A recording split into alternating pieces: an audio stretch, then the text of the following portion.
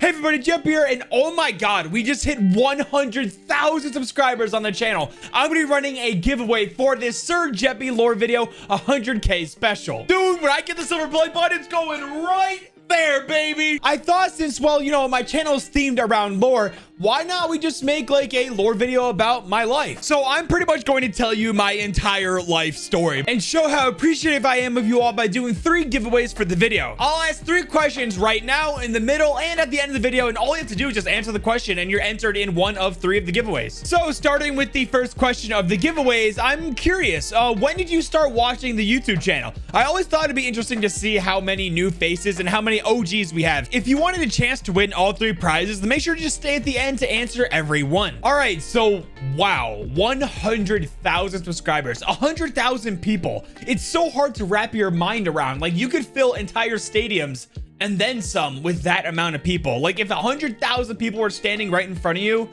that's insane. All right, so let's just get into my life story. Welcome to the Sir Jeppy lore video. So I wasn't always a YouTuber or a content creator. Believe it or not, I started out as a baby. I was born on April 15th, 1997, which makes me 25 as of today. Fun fact, I was actually born at 4:15 a.m. on April 15th, which is the month 4 and the day 15. So I was born on 4:15 at 4:15. I always thought that was pretty interesting. I was born in El Paso, Texas in the United States on Fort Bliss. My mom and dad met in the army, and one literal life-changing oopsies later, this big-headed baby decided to join the world. Now, if you think that this massive forehead was a new thing in my life, you'd be dead wrong. Ever since I was a little bit bad, my head was huge. My mom would tell me stories that when she would push me around in the stroller, people passing by would say I looked like Charlie Brown. Well, eventually my parents had another oopsies, and my younger brother Kyle was born. After 2 kids, they were like, shit, we gotta get out of here. So they left the army and we moved to Pennsylvania. Then sometimes around there, another oopsies would happen. And hi, Colin, welcome to the world. Another younger brother, great. After a bit, we moved to Long Island, New York. I'd slowly start growing up into the wonderful life of being a kid,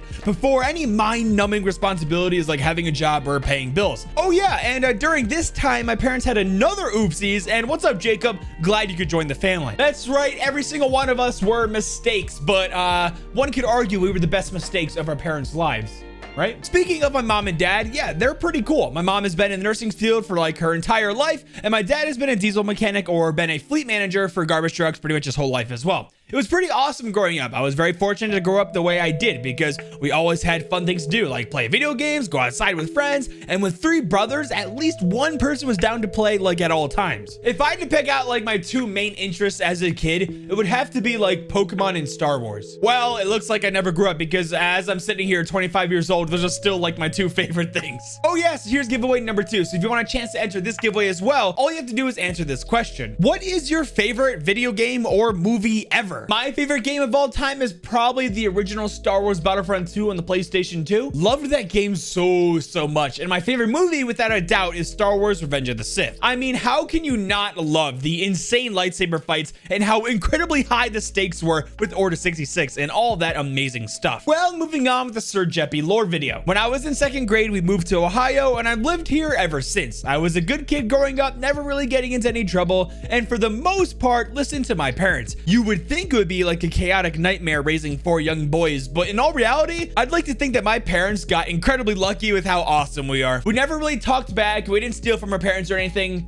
Well, actually, no, there was that one time I stole from my parents. I think I stole $200 worth of 20s off of the kitchen counter. Like I said, I was obsessed with Pokemon, and at this point, I wasn't able really to grasp how money worked. So I had friends in school that were selling Pokemon cards, and I thought that Pokemon cards were worth like 20 bucks, so I stole like $200 and just to get like 10 Pokemon cards. My parents found out, and that wasn't good. Fast forward a few years, and it's the summer of 6th grade. For the better, my parents decided to get a divorce. Things weren't working out between them, so it honestly was for the best. At the time, I feel like we were all good with it. Like, it wasn't a toxic thing at all, really. It was pretty chill. We ended up having to switch schools at this point, and that is when I would have my first really bad year at school. So like I said, I was a pretty good kid, but for some reason in 7th grade, I was a little shit. Hey, maybe I could blame it on puberty and hormones or the whole divorce thing, but man, did I not care about school. I barely did like any homework. I wouldn't pay attention, and I got so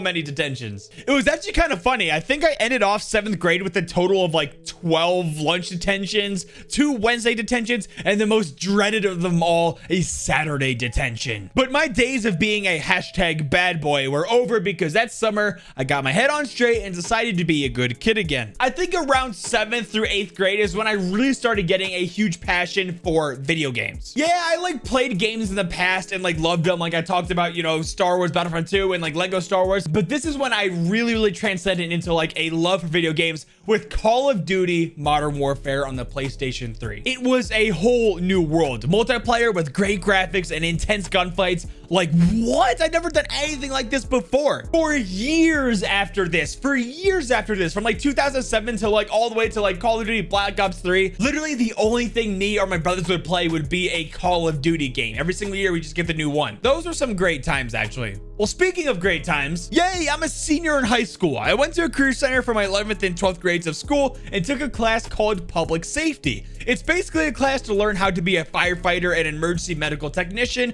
or just EMT for short. It was great, and I had so much fun in this class. I also met Jess as a senior too. She was the hot girl sitting at the table, and I used my insane pickup lines to get her to be my new girlfriend. I'm just kidding. I like nearly blew it. Like if she were to leak out to you guys like what the pickup line was, like y'all would roast me so much. So without going into more detail about that to avoid embarrassment, we're just gonna move on. But regardless, spoiler alert, Jess and I, we'd eventually get married. I graduated high school in 2015 and started working as an EMT in Akron, Ohio. I never really cared for being a firefighter and found the ambulance and medical side of things to be way more interesting to me. So for a few years, I was riding around picking up and treating people, pretty much everything you could think of. Old people, kids, people that are awesome, drunk people that throw up on you in the middle of the ambulance ride and want to fight you, people who don't even really need to go to the hospital, and people who are like literally minutes away from dying, and if you weren't there, they would definitely be dead. Being an EMT is a very polarizing job. A lot of it sucks, some of it's cool, but honestly, a lot of it sucks. Like,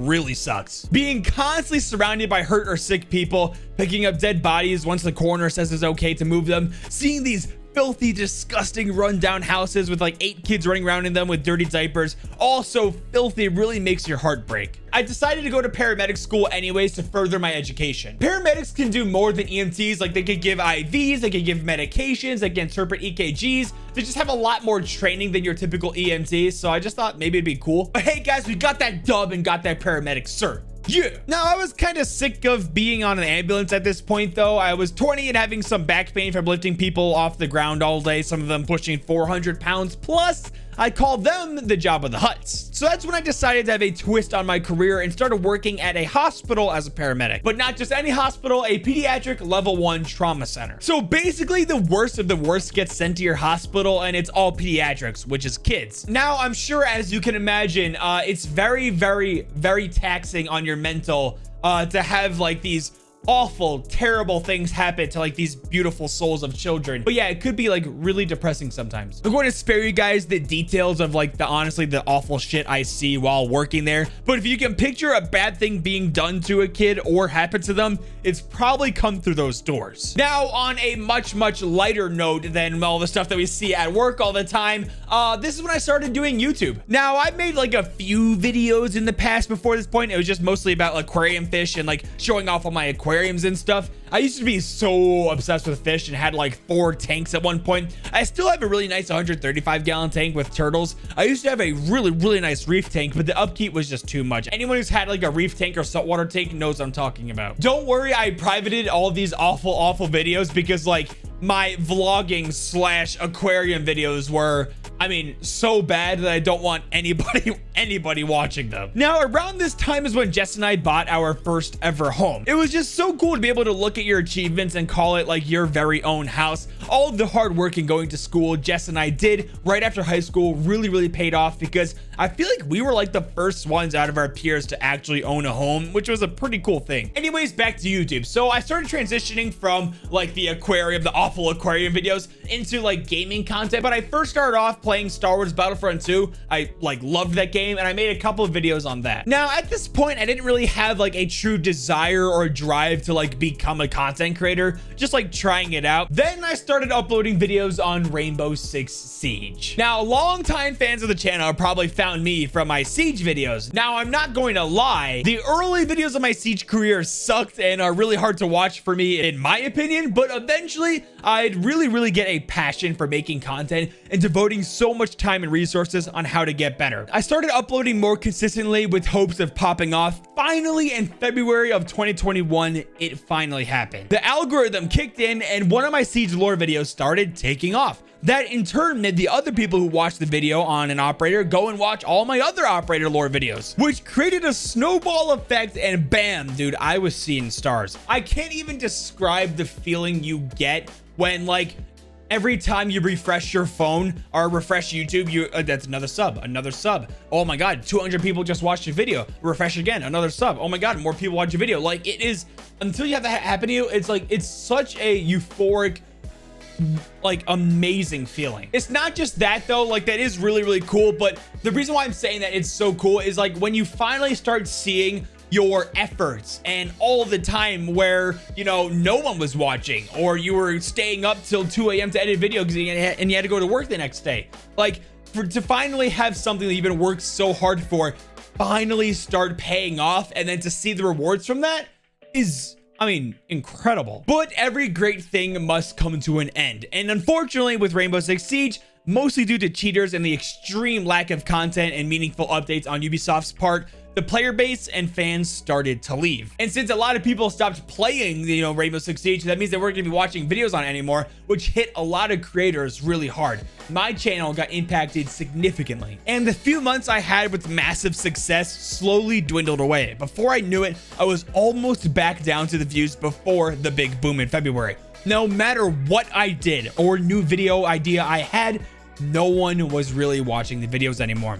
I couldn't let all my hard work go to waste, so I found this little game called Valorant. Now, at first, guys, I'm being 100% completely honest, I freaking hated Valorant. Hated it. I didn't want to play it. Hated it. I didn't like how you had to stand still to shoot. I hated how your crosshair didn't move when shooting, and like the bullets went up with the recoil, even though your crosshair didn't really move at all. I'm not lying, guys. Like, I genuinely hated playing Valorant. I dreaded playing it, but I saw a bunch of ex-Siege fans move over to Valorant. So I made my first video, which is actually one of the best performing Valorant videos I've ever made. Now, at the time, of course, the video tanked and no one watched it, mostly because I was still a Siege creator at this point, and anything that wasn't Siege was going to do bad inevitably. That's just how YouTube algorithm works. I still hated playing Valorant, but I really enjoyed playing a game called Dead by Daylight, so I started making a few lore videos on DBD as well. I would alternate, keep on making Rainbow Six Siege videos, make a Dead by Daylight video, and then make like a Valorant video. I kept on repeating that cycle until hopefully like maybe Siege videos did well again, or maybe a Dead by Daylight video did really well and I could start making DVD content, or